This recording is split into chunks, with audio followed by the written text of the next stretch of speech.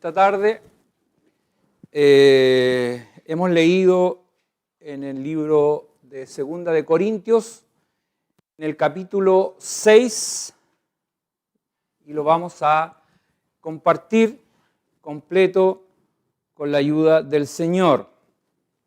Ya lo decía nuestro hermano Carlos Mena, la importancia de que sea el Espíritu Santo ministrándonos en esta tarde. Es la palabra del Señor la que es glorificada. Es la palabra del Señor la que compartimos. Y la gloria es de Él. Lo hemos compartido y dicho en unos domingos anteriores, que Pablo califica al creyente como un vaso de barro, y en ese vaso de barro hay un gran tesoro, que es el Evangelio. Y por lo tanto, Dios trabaja en cada uno de nosotros como vasos de barros para que seamos vasos de honra. Eso es lo importante, y que de esa manera honremos el nombre del Señor. Y eso es lo que está transmitiendo el apóstol en la defensa de su ministerio, como lo vimos los domingos anteriores. Y quiero, antes de entrar en detalle de lo que hoy día vamos a compartir, recordar algunas cosas que el Espíritu Santo nos ministró el domingo pasado. Fueron 4 aspectos que la palabra del Señor abordó, y uno de ellos tiene que ver con el gozo y la esperanza que el apóstol tenía, porque sabía que este cuerpo temporal, y que él lo señala como un tabernáculo, como algo movible, algo que no es perdurable en el tiempo, y hacía un comparativo con el edificio, con un edificio que Dios ha edificado, con lo que significa el cuerpo incorruptible de gloria, el cual Dios nos dará en su venida, cuando Él venga por su iglesia, cuando Él venga por su pueblo. Él nos ha preparado todo esto, y ese cuerpo incorruptible de gloria nos permitirá vivir eternamente. Ya no habrán enfermedades, no habrá envejecimiento, nada de estas cosas que hoy día nos ocurren, porque tendremos un cuerpo perfecto, como así Dios lo ha planificado. Por lo tanto, mientras estemos en este cuerpo que es transitorio, la palabra del Señor nos dice que debemos trabajar para Él, trabajar en su obra, y de esa manera recibir el galardón que el Señor los tiene cuando nos presentemos ante el tribunal de Cristo.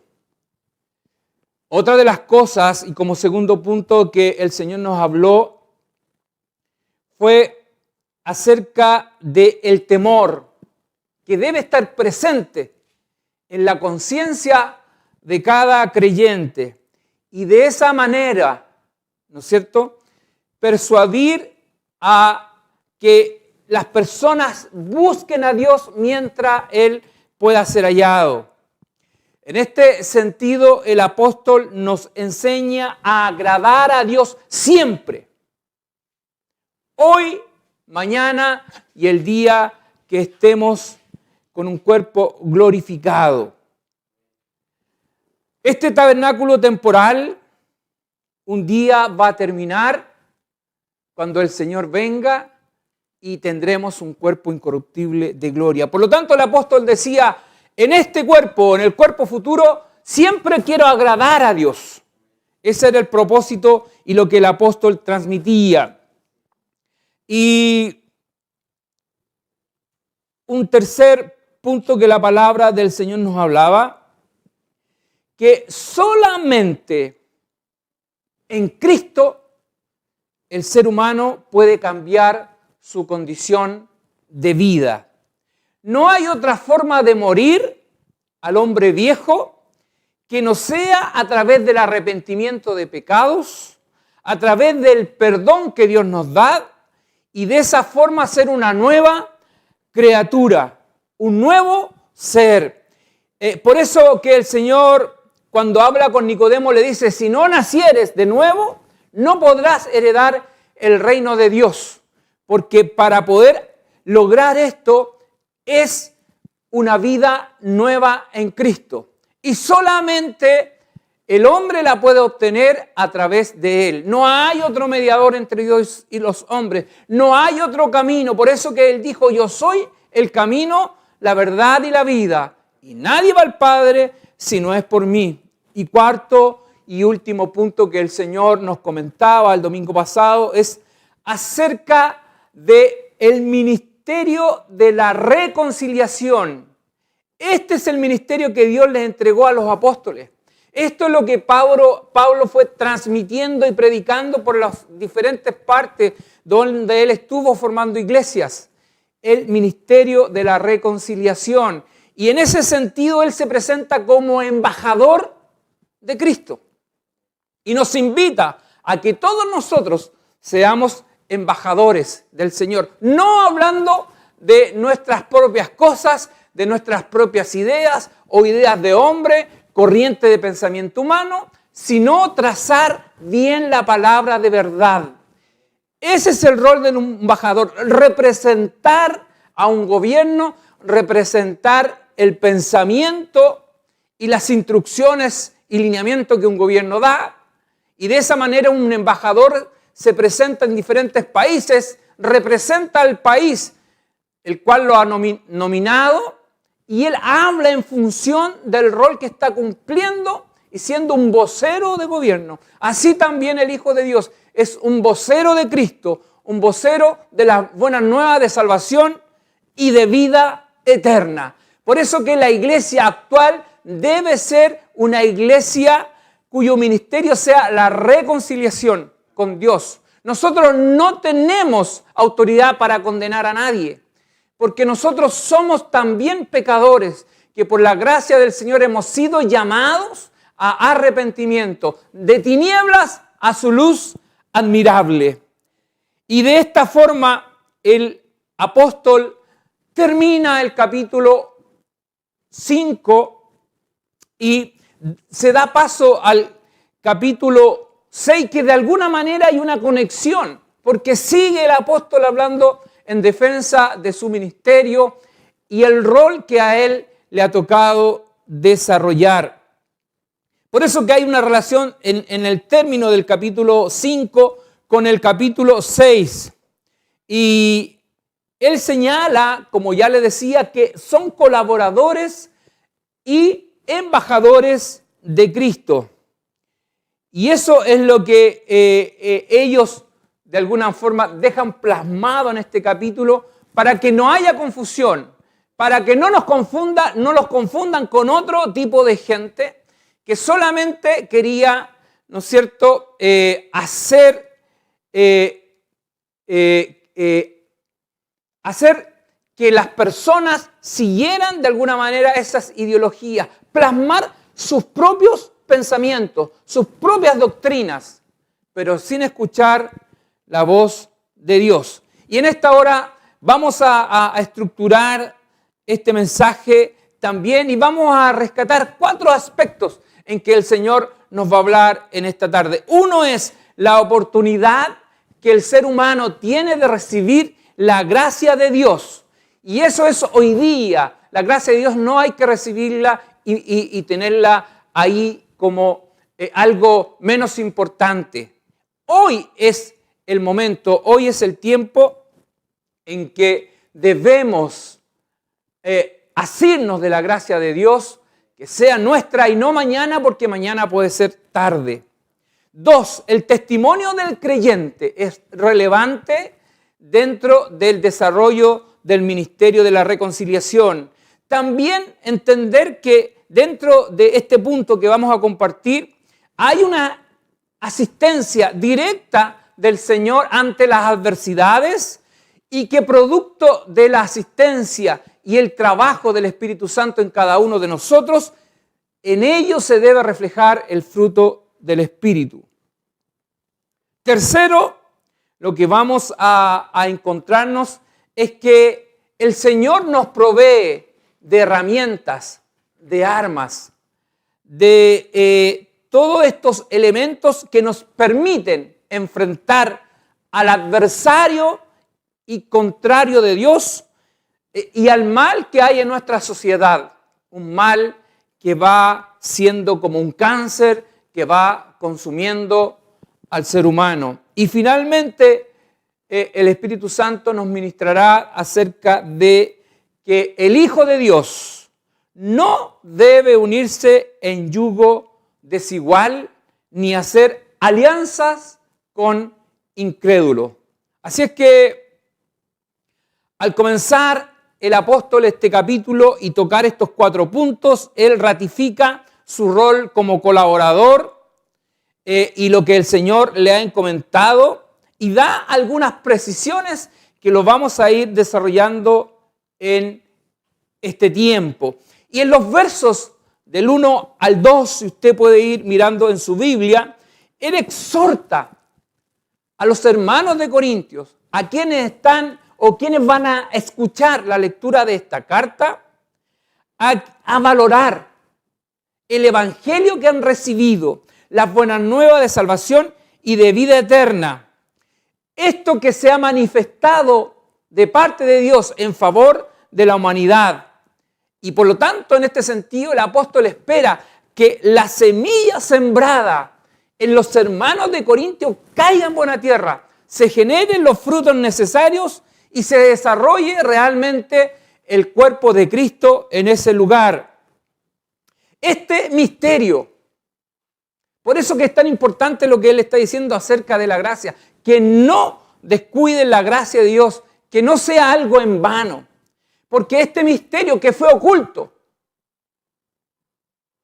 desde los siglos fue revelado en la vida y obra de Jesucristo, el Hijo de Dios. Y por lo tanto, la muerte de Él y su resurrección trajeron como consecuencia a la humanidad salvación y vida eterna. Dios de esta manera restauró la comunión con el ser humano a través de su Hijo amado Jesucristo. Hay una reconciliación de Dios con la humanidad. Hemos recibido a través de esta reconciliación la paz de Dios y el perdón de nuestros pecados.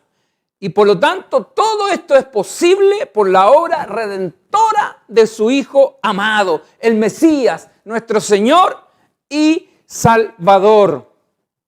Esta operación que Dios hizo, que uno podría denominarla como una operación rescate, porque Él realmente rescató al ser humano que estaba muerto en sus delitos y pecados, y todo aquello que Dios predestinó desde antes de la fundación del mundo, hoy día están y son parte de este rescate bendito que Dios está realizando. Por lo tanto, nada ni nadie se puede oponer a lo que está ocurriendo en el mundo entero. El Señor sigue llamando almas.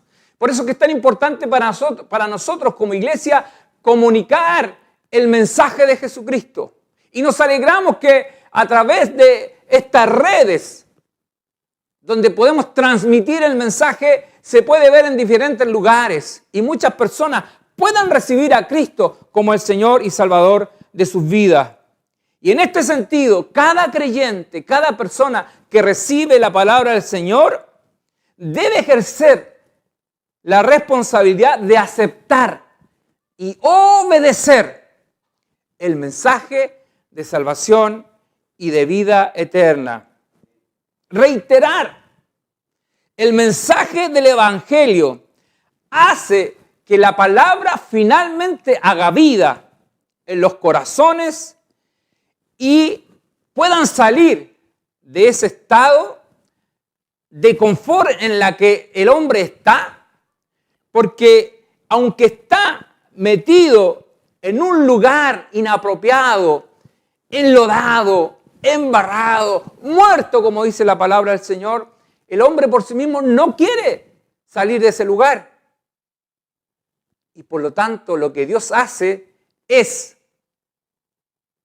sacarlo de ese lugar, tomarlo y traerlo de esa tiniebla en la que está a su luz admirable. Por lo tanto, con responsabilidad debemos entonces recibir, trabajar y desarrollar lo que hemos recibido. Las palabras proféticas de Isaías entonces se habían cumplido en la vida de Jesús. Y las buenas nuevas de salvación y de vida eterna habían llegado, y eso es lo que está Pablo concluyendo en los versículos que hemos leído. Por eso que cuando el apóstol está citando Isaías 49, 8 en esos versos, que quizás ahí usted, si tiene en su Biblia referencia bíblica, quizás lo va a llevar a este texto. Pero dice, así dijo Jehová, en tiempo aceptable te oí, hablándole a su pueblo, y en el día de salvación te ayudé, y te guardaré, y te daré por pacto al pueblo, para que restaures la tierra, para que heredes asoladas heredades. De esa forma el apóstol está citando el libro de Isaías para ratificar el cumplimiento profético de las palabras de Isaías, porque Dios escuchó el gemir del espíritu de los hombres y de esa manera entonces vino en ayuda, vino a sacarnos de ese estado de inconsciencia para traernos salvación y vida eterna. Por lo tanto, hoy es el día de salvación. No mañana, porque quizás mañana puede ser tarde. Tarde para alcanzar la misericordia de Dios. Porque cuando la muerte llega, más allá de la muerte, no hay espacio para salvación y para clamar a Dios en tiempo de angustia. Hoy que tenemos vida, hoy que usted tiene salud, hoy tiene que abrir su corazón a Cristo. Amén. Gloria al Señor para siempre. Y Pablo sigue desarrollando este capítulo y en el punto 2 que he señalado, el apóstol habla acerca del testimonio que tienen que tener ellos como ministro y todo creyente. Asimismo también habla de la asistencia del Señor en la adversidad y el fruto del Espíritu que se manifiesta en cada hijo de Dios.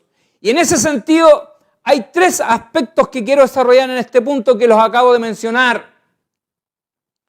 El apóstol destaca no como algo inferior, sino como importante en la vida del creyente. Es la evitar cualquier situación que diera motivo y pretexto a los incrédulos para desacreditar el Evangelio. Por eso Pablo dice que él busca no dar motivos ni razones para que personas se apropien de esas situaciones y de esa manera desacreditar el ministerio del apóstol. Y así también el Hijo de Dios. Debemos evitar situaciones que pudieran desacreditar nuestro ministerio, nuestro trabajo pastoral, nuestro trabajo de ancianos, de diáconos o de hermanos en el medio donde nos desarrollamos y donde vivimos. Gloria al Señor para siempre. Enseñó en este sentido a los creyentes a ser consecuentes respecto de lo que profesan y la conducta de vida que cada uno de nosotros debe desarrollar en su vida cotidiana. Porque es ahí donde verdaderamente nos ponemos a prueba, en el día a día, en nuestra vida cotidiana, con las personas que nos relacionamos, en nuestro hogar, en nuestro diálogo, en lo que hablamos, cómo hablamos el lenguaje que ocupamos. Luego de esto, el apóstol señala y dice, ¿cómo el Señor a un hijo que tiene estos cuidados, que ama al Señor, cómo el Señor lo asiste en las situaciones a las cuales está expuesto? Porque el Hijo de Dios no está exento a una serie de situaciones que el apóstol señala. Y en este caso, él las ha vivido personalmente dentro del desarrollo de su ministerio. Y él las enumera. Primero, él resalta atributos importantes que deben cultivarse, como la paciencia, por ejemplo. Él señala que esto es relevante. Y él mostró paciencia con los hermanos de las diferentes iglesias que él formó.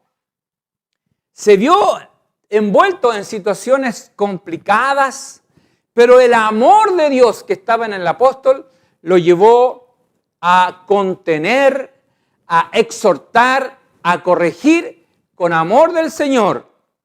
En situaciones donde hubo que poner disciplina, fue un hombre que lo hizo, motivado por el amor, para que cada persona que se estaba desviando del camino en el cual tenía que transitar, pudiera nuevamente rectificar y volver al lugar donde tenía que estar.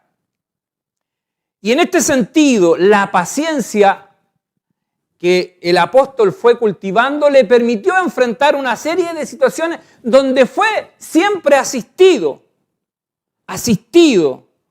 por el Señor. Y él muestra como un catálogo de dificultades.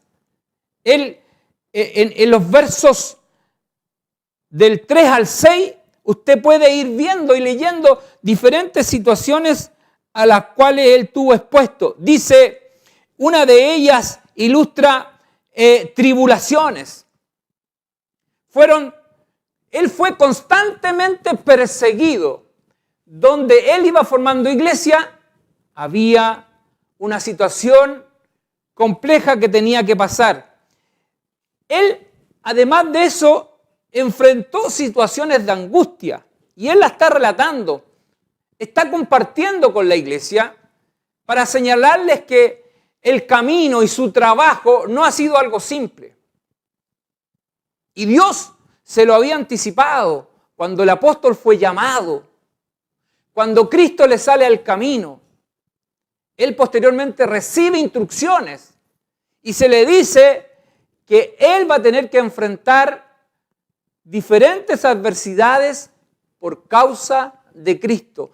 Y de la misma manera como Cristo sufrió y él enfrentó humillación, enfrentó látigo, enfrentó castigo, el Hijo de Dios, así también Pablo tenía que vivir y llevar los padecimientos de Cristo. Y está hablando de esto en estos versos.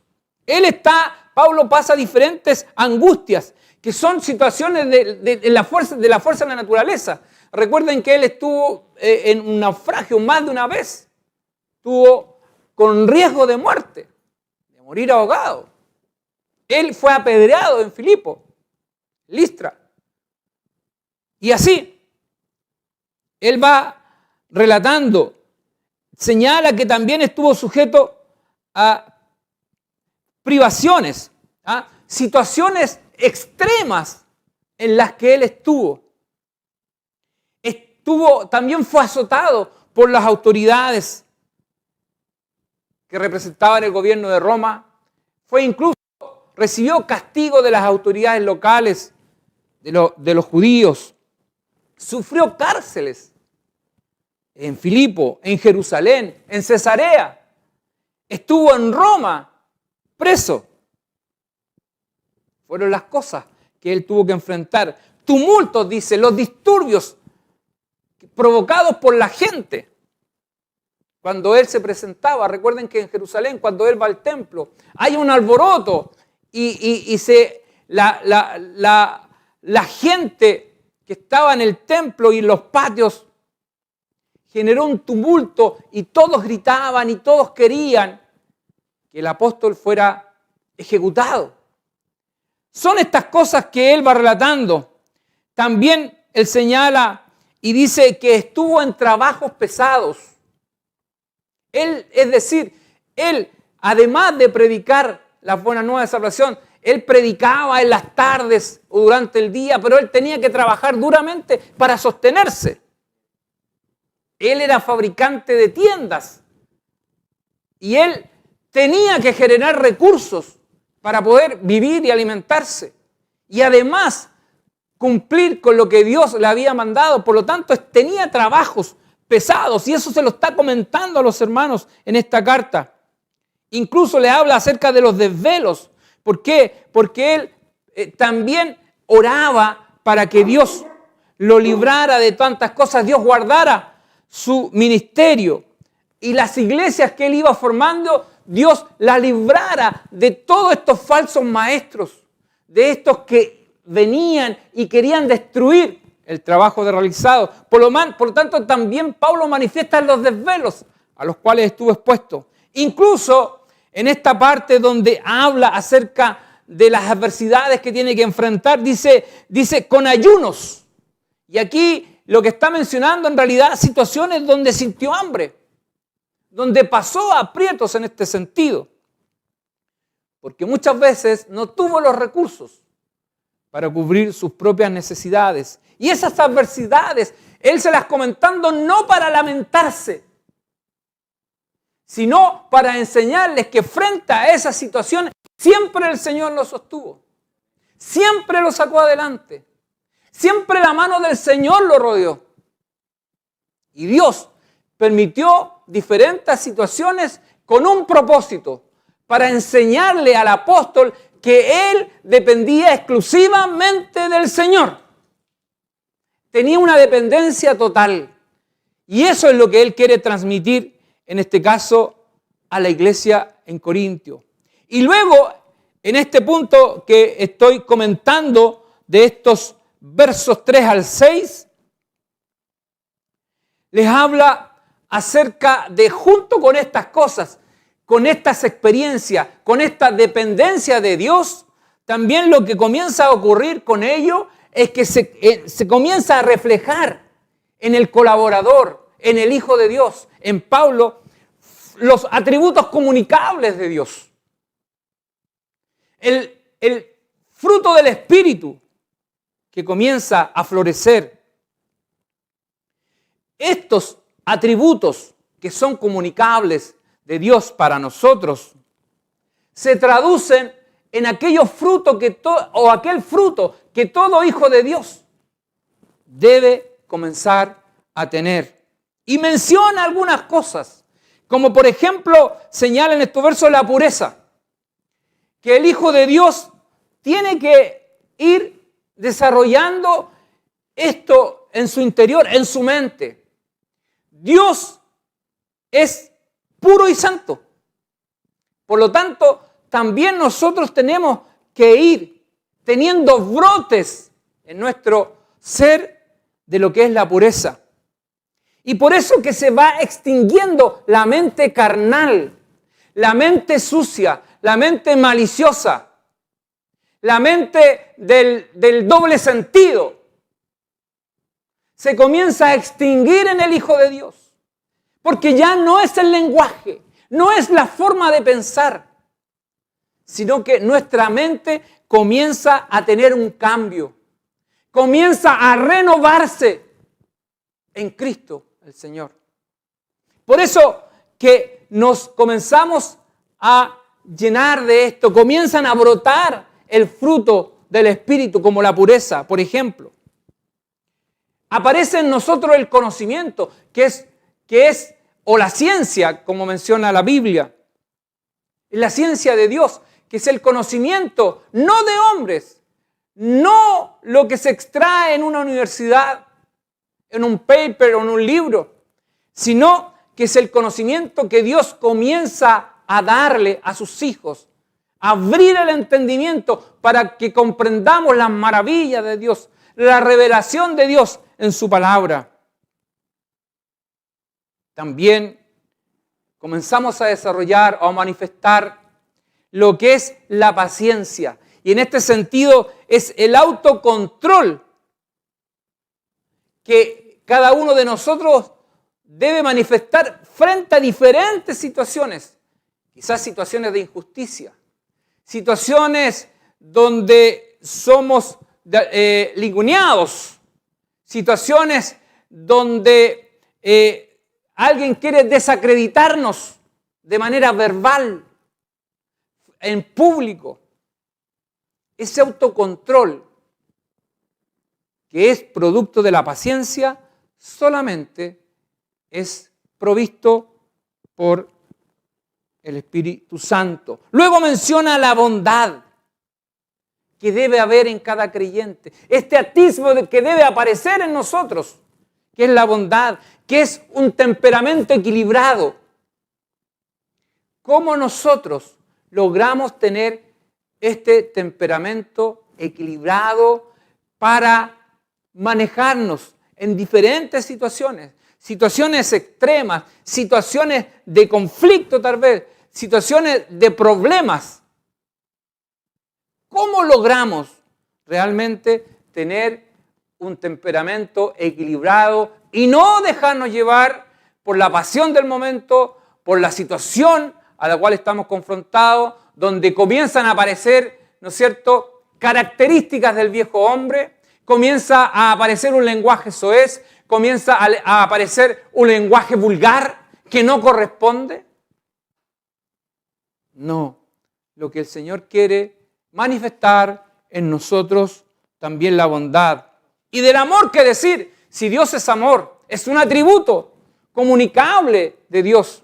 Y por lo tanto también es un fruto del Espíritu, el amor que aflora hacia nuestros hermanos, hacia nuestro prójimo, hacia aquellas personas que nos rodean, esa manifestación de amor. Luego, otro de los atributos comunicables que es un fruto manifestado en nosotros es la verdad.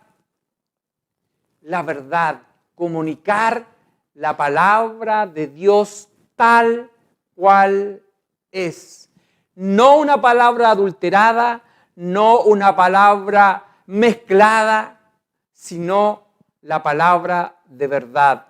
Lo que el Señor nos da y nos enseña acerca de lo que son las Sagradas Escrituras.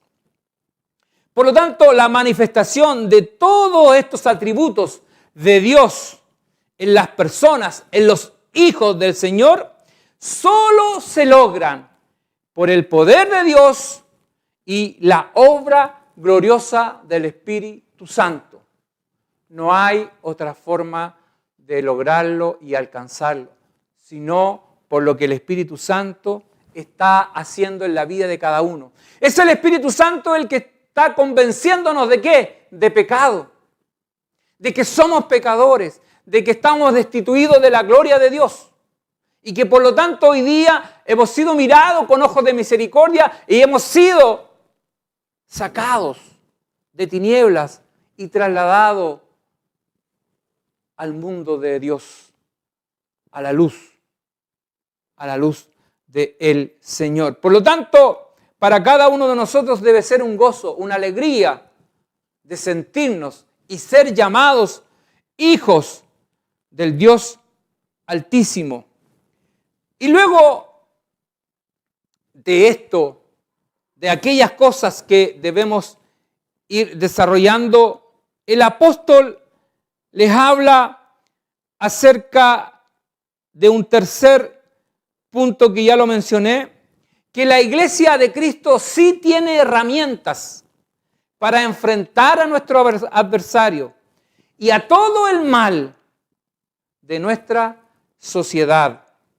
En los versos del 7 al 10, usted lo puede leer y se va a dar cuenta que el apóstol está señalando que hemos sido dotados en el poder de Dios con armas de justicia.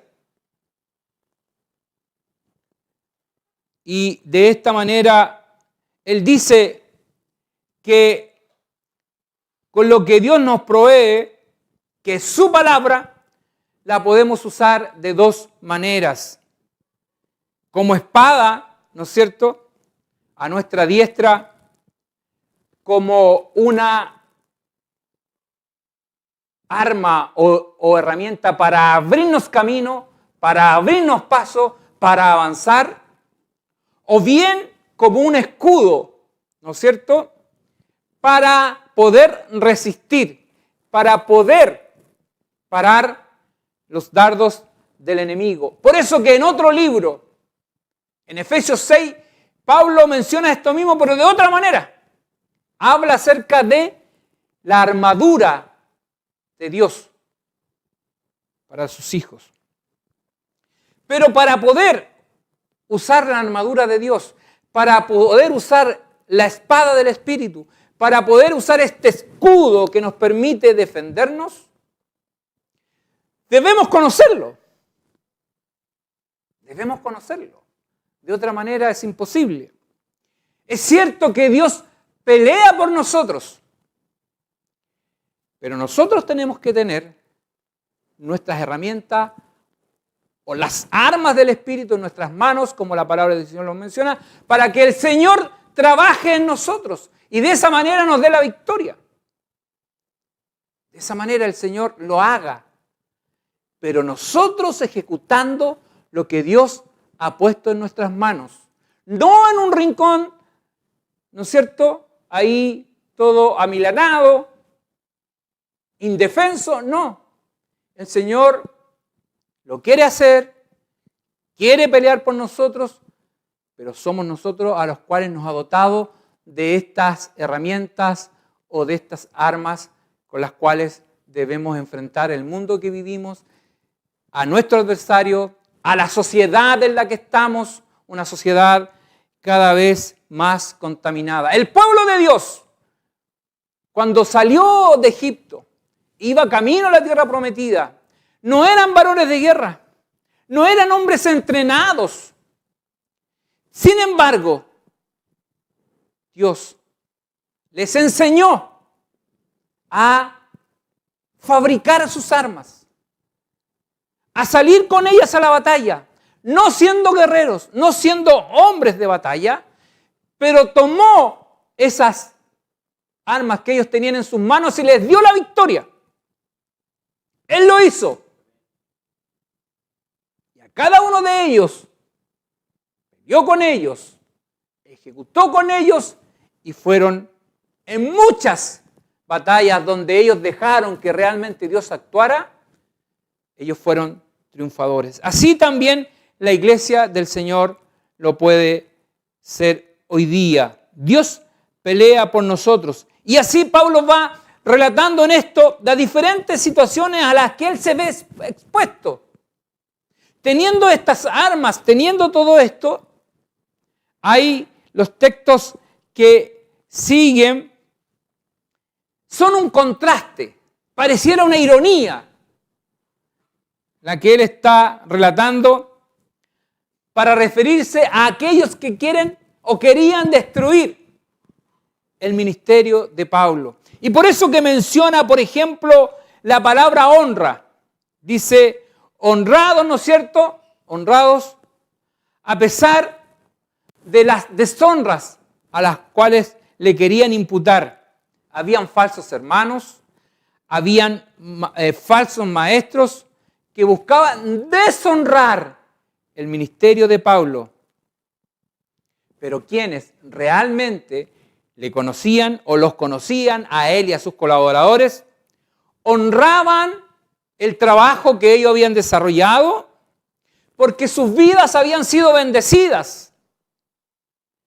Las vidas de muchos corintios habían sido transformadas y cambiadas. Y esto había ocurrido porque Pablo había llevado el mensaje de salvación y de vida eterna. Por eso, honrados por aquellos que los conocían y deshonrados por aquellos que querían de alguna manera destruir su ministerio. El comentario liviano, apresurado, desinformado o malintencionado, ¿no es cierto?, puede tener efectos realmente deslumbrantes en ciertas personas que podrían escucharlo, pero al paso del tiempo se extinguen. ¿Por qué? Porque siempre se impone la verdad. Y eso es lo que había ocurrido con el apóstol. Todas estas cosas que se hablaban en contra de ellos, finalmente se extinguieron. ¿Por qué? Porque Pablo tenía un testimonio. Y lo menciona. Él, ¿no es cierto?, contaba con un buen testimonio, aunque lo querían desacreditar. Pablo gozaba de un buen testimonio, dado que él no era un aparecido entre los corintios, no era un aparecido en Éfeso ni en Filipo, no, él era un pionero, él había trabajado, él había abierto camino para muchos y por lo tanto tenía un testimonio dentro de todos estos lugares de donde él había estado. De hecho, en Corinto estuvo 1 año y medio trabajando con ellos, y ya lo vimos cuando compartimos el libro de los Hechos. Por lo tanto, de buen testimonio y de mal testimonio, bueno, pero de buen testimonio para aquellos que lo conocían, de mal testimonio para aquellos que querían desacreditarlo, sin tener mayores elementos de juicio. Luego señala acerca de la veracidad. Veraces pero engañadores. ¿Por qué? Veraces porque ellos hablaban de la palabra del Señor, hablaban y trazaban bien lo que el Señor les había instruido. Sin embargo, para otros que lo querían destruir, que lo querían de alguna manera desacreditar, para ellos estos eran engañadores. ¿Por qué? Porque Pablo no compartía todas estas mezclas, todas estas cosas a lo que querían sujetarlo. Recuerden que habían maestros que eran ortodoxos, que querían, ¿no es cierto?, por una parte negaban a Jesucristo, no creían en Jesucristo y por lo tanto hablaban de Pablo como un engañador. Otros tenían mezclas, querían hacer una mezcla entre el Evangelio de Jesucristo y las obras de la ley. Tampoco era aceptable. Por lo tanto, acusaban a Pablo como un engañador, pero él era un hombre veraz porque hablaba solamente de Jesucristo. Y Dios lo respaldaba. Dios lo respaldaba. ¿Cómo? Bueno, habían manifestaciones de la gloria de Dios. Muchas personas eran sanadas. Muchas personas evidenciaban milagros en sus vidas. Muchas personas que habían sido cambiadas por el poder de Dios. Y esa era la mayor prueba de lo que el apóstol Pablo estaba hablando y de lo que él estaba predicando. Por eso que luego dice conocido para algunos y para otros totalmente desconocidos. Bueno, para quienes lo rodeaban, para quienes estuvieron cerca de él, para quienes palparon la gloria de Dios, para quienes recibieron y fueron bendecidos por el apóstol, sin duda que era un hombre conocido. Sus colaboradores eran conocidos. Quizás para muchos, para autoridades de las localidades, era un perfecto desconocido. Pero bueno, no era lo que Pablo a lo que apuntaba. A él lo que le interesaba era que las personas conocieran realmente a Cristo.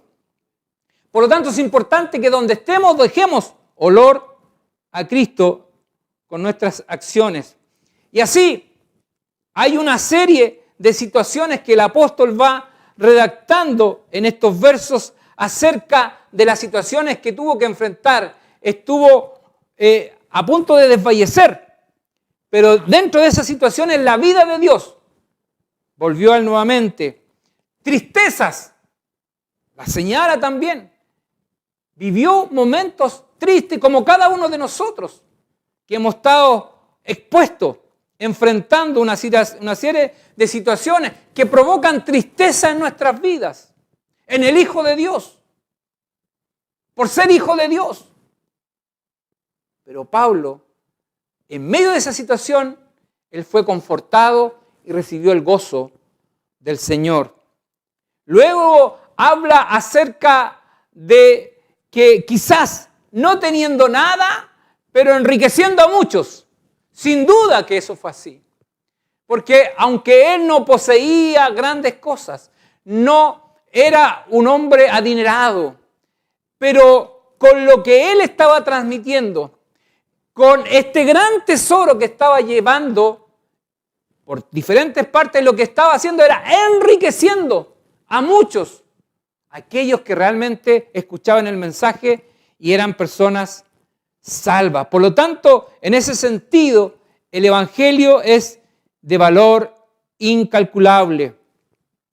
Y finalmente, él habla acerca de no poseyendo nada y poseyéndolo todo. Porque en definitiva él también creía en las promesas de Dios que había dado al pueblo de Israel. Deuteronomio 28, las bendiciones a la obediencia. Y por lo tanto, el Hijo de Dios sí puede ser bendecido. Otra cosa es que nosotros tengamos, ¿no es cierto?, la prosperidad y los bienes como algo, a un fin en sí mismo. No. El fin nuestro es Cristo. El fin nuestro es el Evangelio de salvación y de vida eterna. La cruz del Calvario, donde el Señor dio su vida, donde después, luego resucitó. Sin embargo, también el Hijo de Dios, y experiencias hay muchas, que Dios ha bendecido de la nada. Porque también hay bendición en ese sentido para los hijos del Señor. Y hemos visto a lo largo de nuestras generaciones cómo el Señor ha ido bendiciendo a nuestras generaciones. Muchos de nosotros, nuestros padres, eran analfabetos. Con suerte, quizás habían ido a la escuela básica, pero sus hijos, sus nietos y así las generaciones futuras han ido experimentando la bendición de Dios a lo largo de su vida, porque Dios es fiel y verdadero.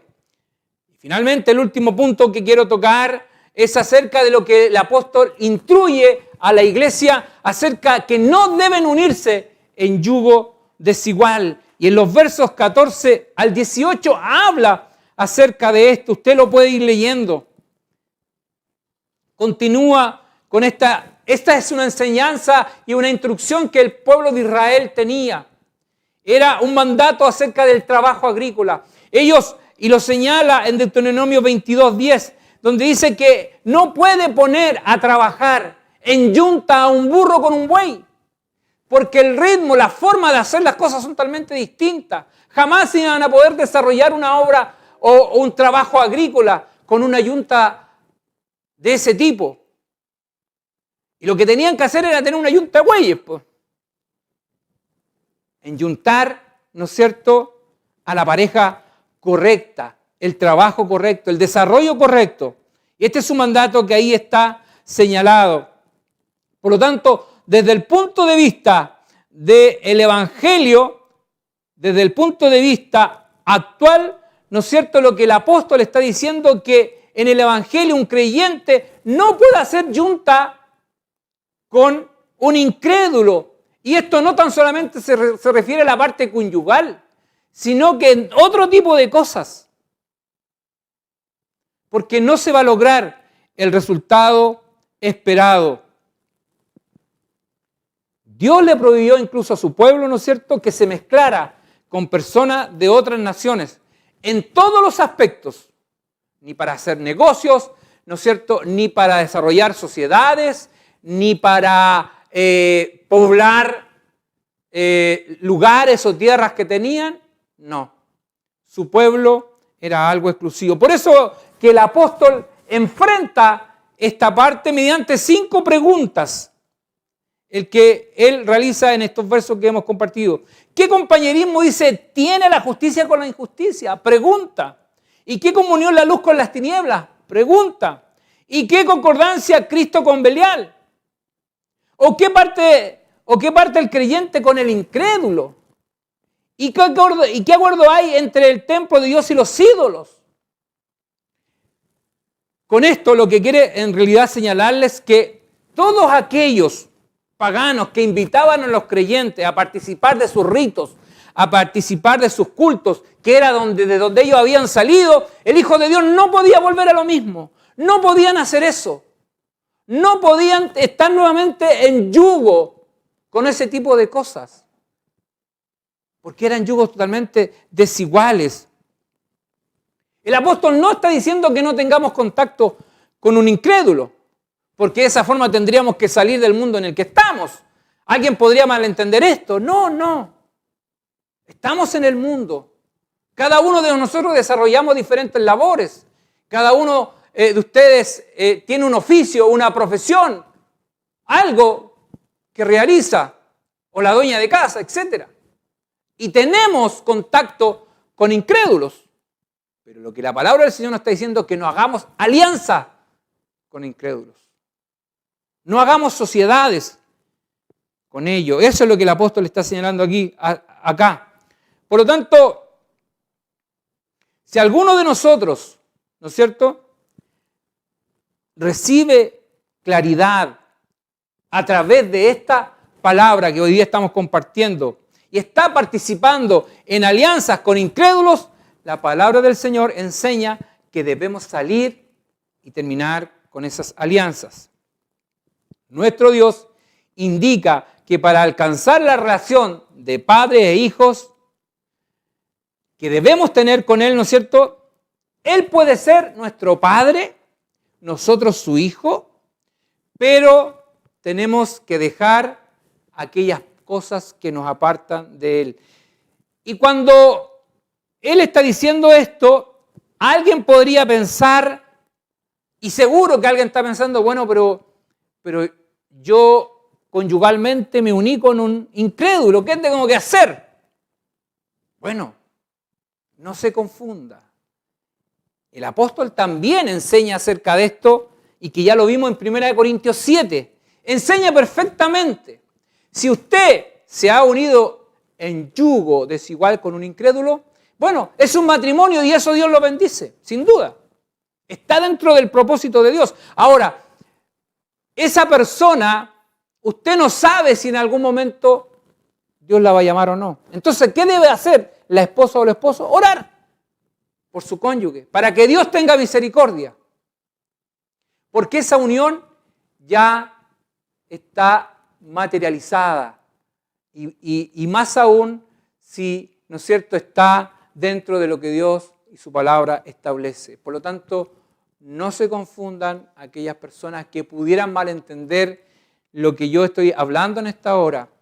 Podrían haber, sí, personas que están pensando en materializar o tener un yugo conyugal.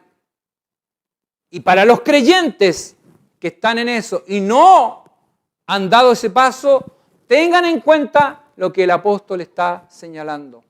Medítenlo y piénsenlo. No hay comunión entre la luz y las tinieblas. No hay comunión entre un creyente y un incrédulo. No la hay. Y esto aplica no tan solamente para la sociedad conyugal, sino para todo tipo de alianza o sociedades que realmente queramos hacer.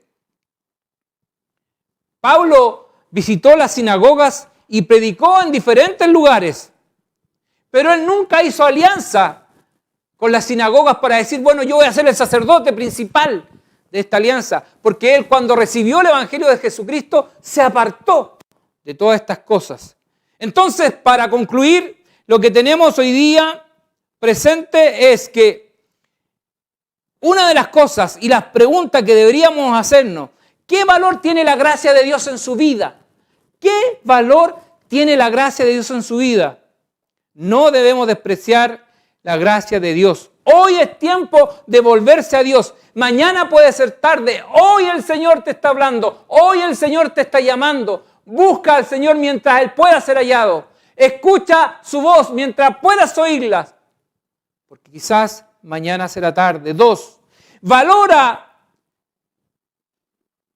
usted y procura tener un buen testimonio en su entorno y con quienes se relaciona. ¿Procura esto? El testimonio de un creyente es una prueba del cambio de Dios que realiza en los seres humanos. Tercera pregunta. ¿Logra usted visualizar la cobertura de Dios sobre su vida en tiempo de adversidad? Es probable que seamos expuestos a adversidades por causa del Evangelio y aunque esto puede llevarnos a momentos muy duros y difíciles de sobrellevar, piense que la mano del Señor siempre estará ahí para sostenernos y su palabra siempre estará para consolarnos en todas estas situaciones. 4. ¿Hay brotes del fruto del Espíritu Santo en usted? La adversidad es compensada con el fruto del Espíritu que crece y se desarrolla en cada uno de sus hijos. La paz de Cristo en nuestro interior no tiene precio. Por eso que es tan importante analizarnos. Quinta pregunta, ¿conoce las herramientas o armas que Dios le ha provisto cuando Él lo usa para vencer y defenderse de todo lo que se viene contra usted? ¿Las conoce? El Evangelio recibido nos provee herramientas para enfrentar a nuestro adversario y también para cuidarnos de los males de esta sociedad. Y última pregunta, ¿con qué personas usted está haciendo alianza actualmente? ¿Alcanza a dimensionar los peligros a los que se expone? ¿Está la iglesia actual saliendo de la mundanalidad que ha contaminado a nuestras iglesias? El pueblo de Dios no debe hacer alianza con los incrédulos y la iglesia de Cristo debe rechazar todo este tipo de conducta. El Señor en esta hora nos ayude. El Señor nos guarde. La iglesia de Cristo hoy día tiene que alumbrar en medio de la oscuridad en la que nuestra sociedad está. Los caminos que el hombre está tomando le parecen rectos y seguros, pero su final es de perdición. Por eso que la luz de Cristo tiene que brillar y para eso está la iglesia que el Señor ha dejado. Y cada uno de nosotros somos parte de esta iglesia y por lo tanto en cada uno de nosotros la luz de Cristo debe brillar. Para el Señor, para Él que vive, sea la honra y la gloria.